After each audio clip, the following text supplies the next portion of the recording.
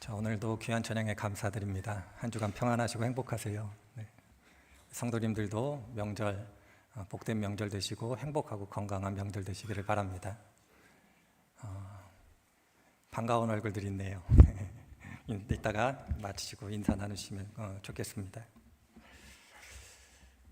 성경 66권을 읽고 요약해 봅시다. 이렇게 제가 말씀을 드리면 성도님들은 어떻게 요약하실 수 있겠습니까?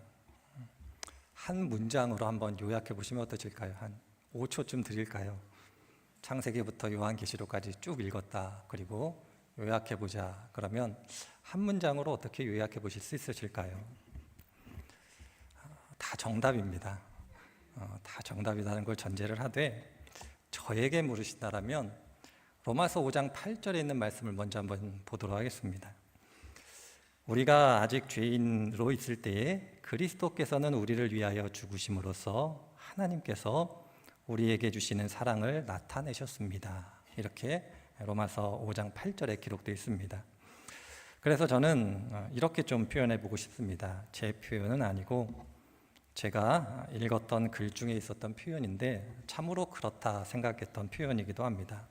무엇이냐면 성경은 하나님의 러브레터입니다.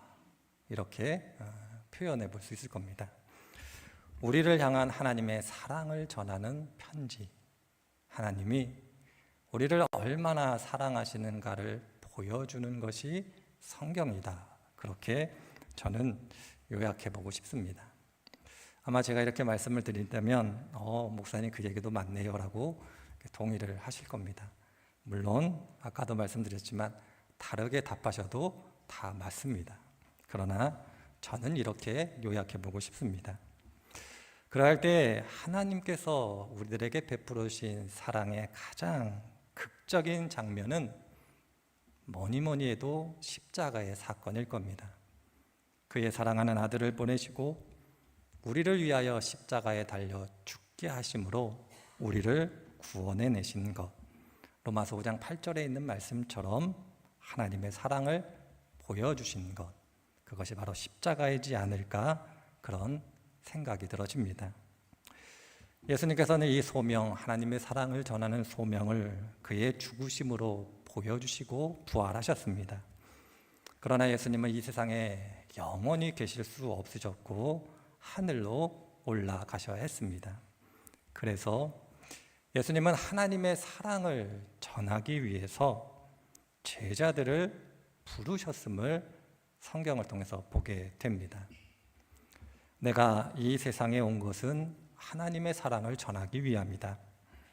내가 이 세상에 영원히 있으면서 하나님의 사랑을 전할 수 없기 때문에 이제 나의 역할을 대신하여 하나님의 사랑을 전해야 될 사람들이 있는데 내가 그들을 찾아야겠다. 그러면서 오늘 함께 읽을 말씀을 보니 12명을 부르시고 계십니다. 제가 어린 시절에 이 12명의 제자들의 이름을 외우기가 참 어려워서 힘겨웠던 기억이 납니다. 수련회를 가면 12명의 제자를 외우지 않으면 밥을 안 줍니다. 지금은 그랬다가는 큰일 납니다만은 저 때는 그랬습니다. 그래서 제가 외웠던 기억이 납니다. 어찌되었던 예수님은 12명의 제자를 부르십니다. 그러실 때에 오늘 성경 말씀을 읽어보니 먼저 기도하고 계십니다. 한국의 대표적인 설교자이자 존경받는 목사님의 어느 글에서 자신이 주일날 경험한 한 사건을 기록하고 있던 글을 읽었습니다.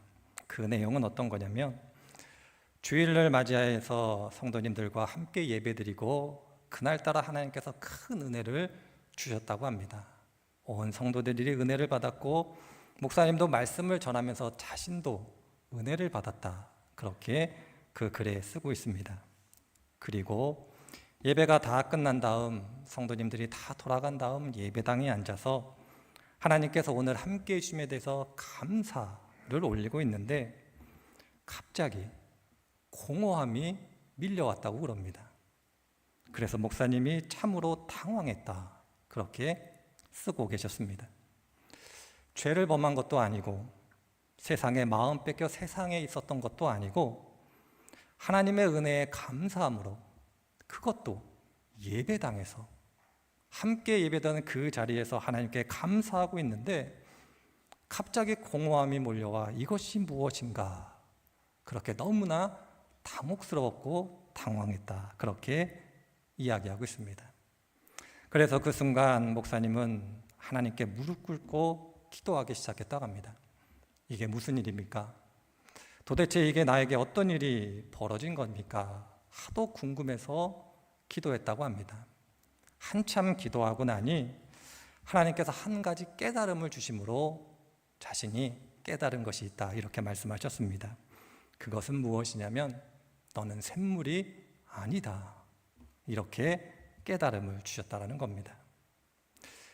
하나님의 은혜를 따라 하나님의 역할을, 하나님의 사역을 잘 감당한 다음 감사할 때 공허함이 밀려왔고, 영적으로 공허함을 통해서 기도했더니 하나님은 너는 생수가 솟아나는 샘이 아니다, 이렇게 깨닫게 하셨다는 겁니다.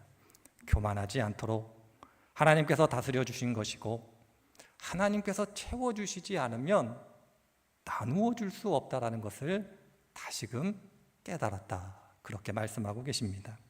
그래서 그 이후로 더 기도하고 더 하나님의 도우심을 구하고 하나님의 은혜를 구했다, 그렇게 글을 마치고 있었던 그 기억이 납니다.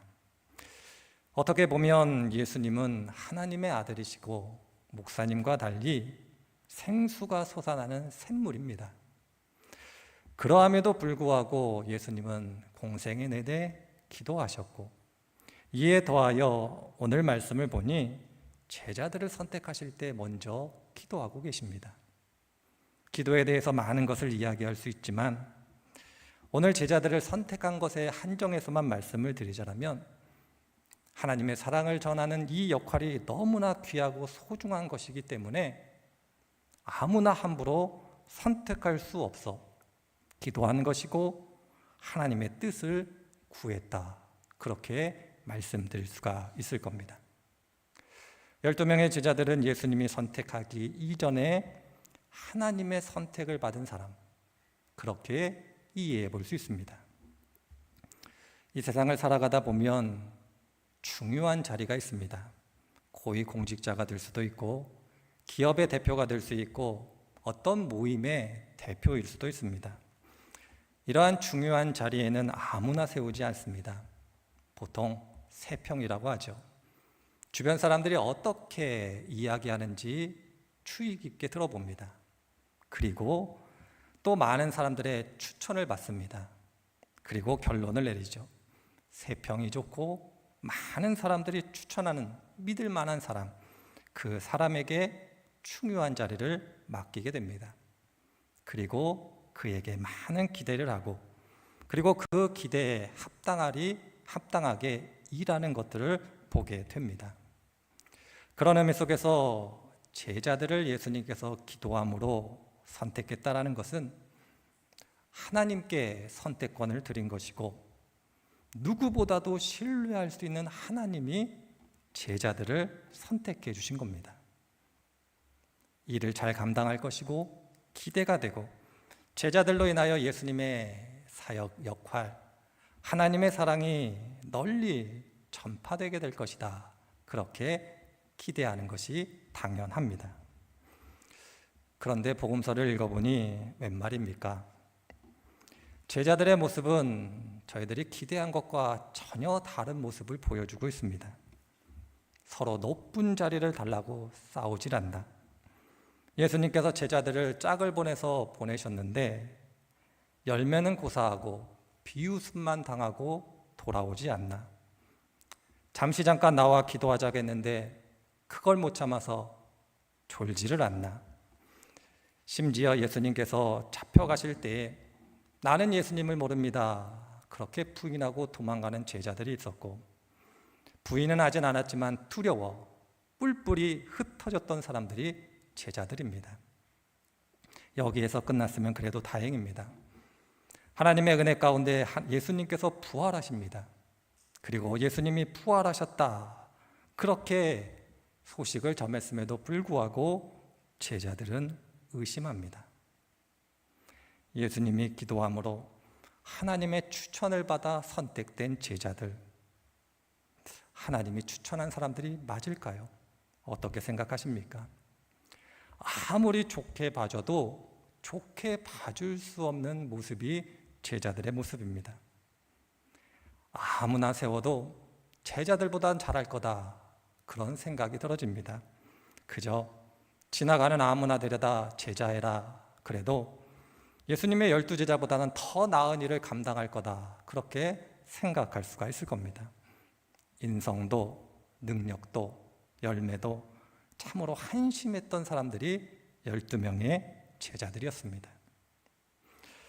그런데 또 반전이 일어나죠. 이렇게 한심했던 제자들이 예수님이 승천하신 다음 하나님의 복음, 하나님의 사랑을 위하여 생명도 아끼지 않는 사람들로 변모하게 됩니다.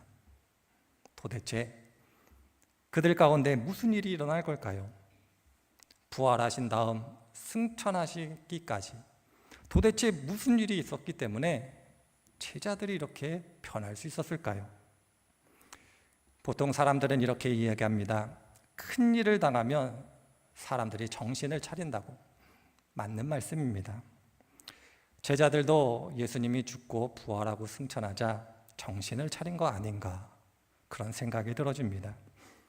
그런데 복음서를 읽어보니 제자들은 이 또한 해당되지 않습니다.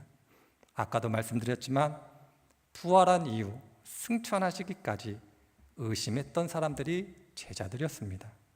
도대체 이렇게 한심했던 사람들이 어느 날 갑자기 복음을 위하여, 하나님의 사랑을 위하여 목숨도 아끼지 않는 이러한 사람들이 될 수 있었을까, 그렇게 고민해 보게 됩니다. 이러한 생각을 가지고 성경을 읽어가면 성경은 우리들에게 제자들이 이렇게 변화된 한 사건이 있었다 가르쳐 줍니다. 그것은 바로 오순절 성령 하나님의 체험입니다. 그들이 성령 하나님을 체험했기 때문에 그들이 예전과 달리 하나님을 위하여, 복음을 위하여, 사랑을 위하여 생명도 아끼지 않는 사람이 되었다, 그렇게 우리들에게 가르쳐주고 있습니다. 그런데 여기서 또 질문이 생깁니다. 여전히 한심했던 제자들인데 하나님은 도대체 그들의 무엇을 보시고 오순절날 성령 하나님의 은혜를 체험하게 하셨을까? 여전히 한심한데, 여전히 부족하고 연약한데 무엇이 그들을 성령 체험의 자리로 이끌어가게 됐을까 고민을 하게 됩니다. 자격이 있었던 것은 아니지요. 분명합니다. 그들이 성령 하나님의 은혜를 체험할 자격이 있어서 그들이 오순절날 성령 하나님의 은혜를 체험한 것은 아닙니다. 그래서 더더욱 고민이 됩니다. 이들은 어떤 일이 있었고 무슨 일이 있었을까? 그런 생각을 하게 됩니다. 그러할 때에 성경 한 구절이 우리에게 해답을 줍니다. 로마서 11장 29절의 말씀입니다. 로마서 11장 29절은 이렇게 기록되어 있습니다. 하나님의 은사와 부르심에는 후회하심이 없느니라, 이렇게 기록되어 있습니다. 이것을 조금 쉬운 성경에서는 이렇게 번역하고 있습니다. 하나님께서 주시는 은혜의 선물과 부르심은 철회되지 않습니다. 하나님의 부르심은 철회되지 않습니다. 이렇게 번역하고 있습니다. 입양이라는 제도가 있다는 거 아실 줄 압니다. 제가 아는 한 친생자와 양자는 법적 권리와 의무에 있어서 차이가 없다고 합니다.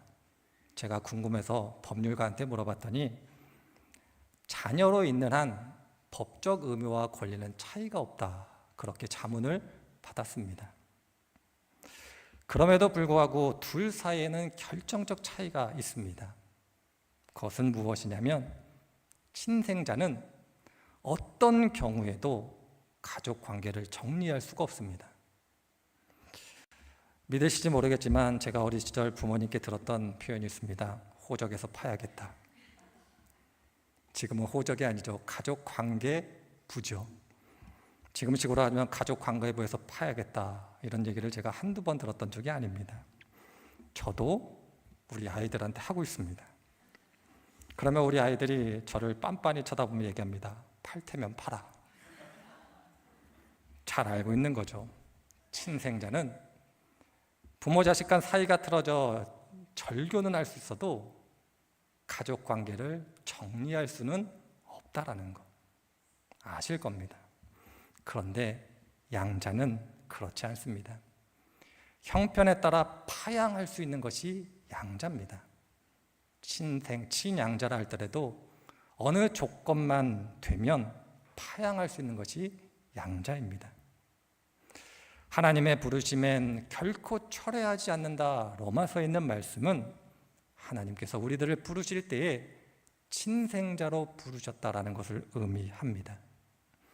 하나님이 우리들을 부르셨기 때문에 우리들의 연약함으로 인해 하나님의 부르심은 철회되지 않고, 우리들의 연약함으로 인해 하나님의 부르심은 실패하지 않고, 심지어 하나님의 부르심은 어둠의 세력도 이겨낸다. 그렇게 성경이 우리들에게 가르쳐주고 있습니다. 12명의 제자들은 한결같이 연약한 사람들이었습니다. 그러나 하나님께서 그들을 부르셨기 때문에 그들에 대한 부르심을 철회하지 않고 계십니다. 제자들을 만들어가고 계십니다.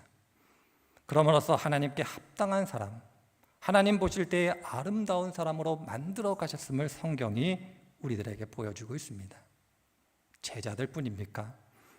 성경에 나오는 모든 사람이 이와 같습니다. 믿음의 조상 아브라함도 연약했고, 약속의 자식이라고 불리우는 이삭도 연약했고, 가장 위대한 선지자라고 불리우는 모세와 엘리야도 연약한 인간이었고, 가장 위대한 왕이라 불리우는 다윗도 연약한 인간이었을 뿐입니다. 그러나 하나님이 그들을 부르셨기 때문에 그 부르심은 철회되지 않았습니다. 바울이 로마서 11장에서 이렇게 이야기할 수 있었던 이유는 다른 데 있지 않습니다. 바로 자기 자신이 이 말씀에 해당되기 때문에 그러합니다. 바울은 예수님을 만나기 이전에 교회의 박해자라 불렸던 사람이 바울이었습니다. 얼마나 열심히 교회를 박해했는지 스스로 자랑할 정도였습니다. 그런데 그가 다메섹에서 예수 그리스도를 만난 다음 예수 그리스도의 복음을 전하는 사람으로 바뀌게 됩니다. 이 과정을 거친 다음 갈라디아서 1장에서 바울이 자신의 이 변화를 고백하기를 이렇게 고백하고 있습니다. 나를 모태로부터 따로 세우시고 은혜로 불러주신 분께서 그 아들을 이방 사람에게 전하게 하시려고 그 아들을 나에게 기꺼이 나타내 보이셨습니다. 청년 바울은 교회를 박해하는 사람이었지만 하나님께서 나를 모태로 부르셨기 때문에 그 부르심은 철회되지 않았기 때문에 때가 되자 예수 그리스도를 나에게 보이셨고, 그럼으로써 내가 예수 그리스도를 전하는 복음의 증거자가 되었다. 그렇게 고백하고 있습니다. 하나님의 부르심은 철회되지 않았고 그 부르심은 완성되었다. 그렇게 바울이 이야기하고 있습니다. 로마서 21장에 있는 말씀을 종교개혁자 마틴 루터는 이렇게 해석하고 있습니다. 하나님은 대상을 찾지 않고 대상을 창조한다. 이렇게 해석하고 있습니다. 사람들은 자격 있는 자들을 찾습니다. 그러나 하나님은 부르셨다라면 그 대상을 창조해 가십니다. 이것이 바로 하나님의 부르심이 갖고 있는 특징입니다. 로마서 11장 29절에 기초한 복음성가가 있습니다. 제가 좋아하는 복음성가인데 우리 교회 정규환 전도사님이라 전교 선사님이 있습니다. 어느 날 저에게 얘기하더라고요. 목사님이 복음성가 좋아하세요? 좋아하지. 그랬더니 자기가 제일 좋아하는 복음성가라고 합니다. 하나님의 부르심, 잘 아시는 복음성가입니다. 그 복음성가 중 가사 중 이런 내용이 있습니다. 하나님의 부르심은 결코 실수가 없다. 하나님이 우리들을 부르셨다라는 것, 그것은 실수가 없는 겁니다. 하나님이 우리들을 부르셨기에 우리의 연약함이 문제가 되지 않습니다. 하나님이 부르셨기에 우리의 삶의 어떤 환경도 문제가 되지 않습니다. 아까도 말씀드렸지만 우리들을 하나님을 믿는 믿음으로부터 멀어지게 하려고 하는 어둠의 세력, 어둠의 권세도 전혀 문제가 되지 않습니다. 하나님의 부르심은 우리를 끝까지 책임지시는 부르심입니다. 그래서 바울이 하나님의 부르심에는 후회함이 없다, 이렇게 고백하고 있는 겁니다. 이 자리에 계신 성도님들 한 분 한 분들 하나님께서 부르신 사람들이죠. 믿으시죠? 그렇게 고백하실 겁니다. 그런 의미 속에서 내가 살아가는 삶의 현실 가운데 자녀, 배우자, 부모님들, 직장, 하시는 일들, 그리고 삶의 모든 일들을 바라보실 때에 혹여 제자들처럼 한심하다 여겨지는 일들이 있으실더라도 실망하지 않으시기를 바랍니다. 중요한 것은 하나님께서 우리들을 부르셨기 때문에 그 모든 것이 하나님 앞에서는 무의미한 것이 됩니다. 이것을 이사야 60장 21절과 22절은 이렇게 우리들에게 설명하고 있습니다. 그들은 내가 심은 가지요 내가 손으로 만든 것으로서 나의 영광을 나타낼 것인즉 그 작은 자가 천명을 이루겠고 그 약한 자가 강국을 이룰 것이라. 때가 되면 나 여호와가 속히 이루리라. 이렇게 말씀하고 계십니다. 우리들의 믿음의 길을 걸어가고 인생을 살아가면 어려움이 있습니다. 그 어려움으로 인하여 삶의 기초가 흔들릴 때가 있습니다. 삶의 기초가 흔들려 믿음 또한 흔들릴 때가 있습니다. 그러나 하나님이 우리들을 부르셨기 때문에 이사야 말씀이 우리들 가운데 실현될 겁니다.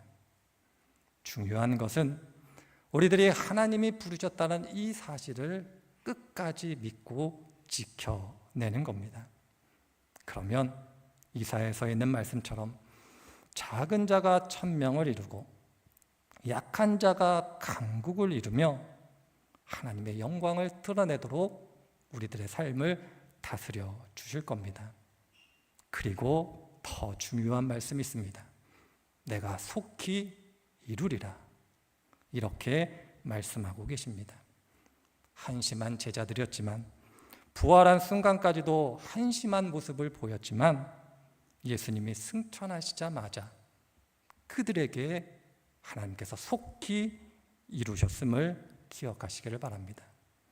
우리들의 삶, 우리들의 현실, 우리들이 살아가고 있는 어떤 삶의 모습이 제자들과 같을 수 있습니다.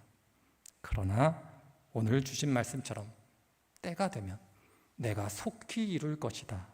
이 말씀이 우리들에게 주어진 말씀이고 하나님의 약속임을 기억하시기를 바랍니다. 이것이 바로 오늘 우리들에게 주신 말씀이고 12제자를 부르신 가운데 그들을 하나님의 사람으로 세우신 하나님의 능력임을 기억해 가실 때 한 주간 이 하나님의 은혜와 사랑을 깊이 경험하시는 복된 하나님의 사람들이 되시기를 주님의 이름으로 축원을 드립니다.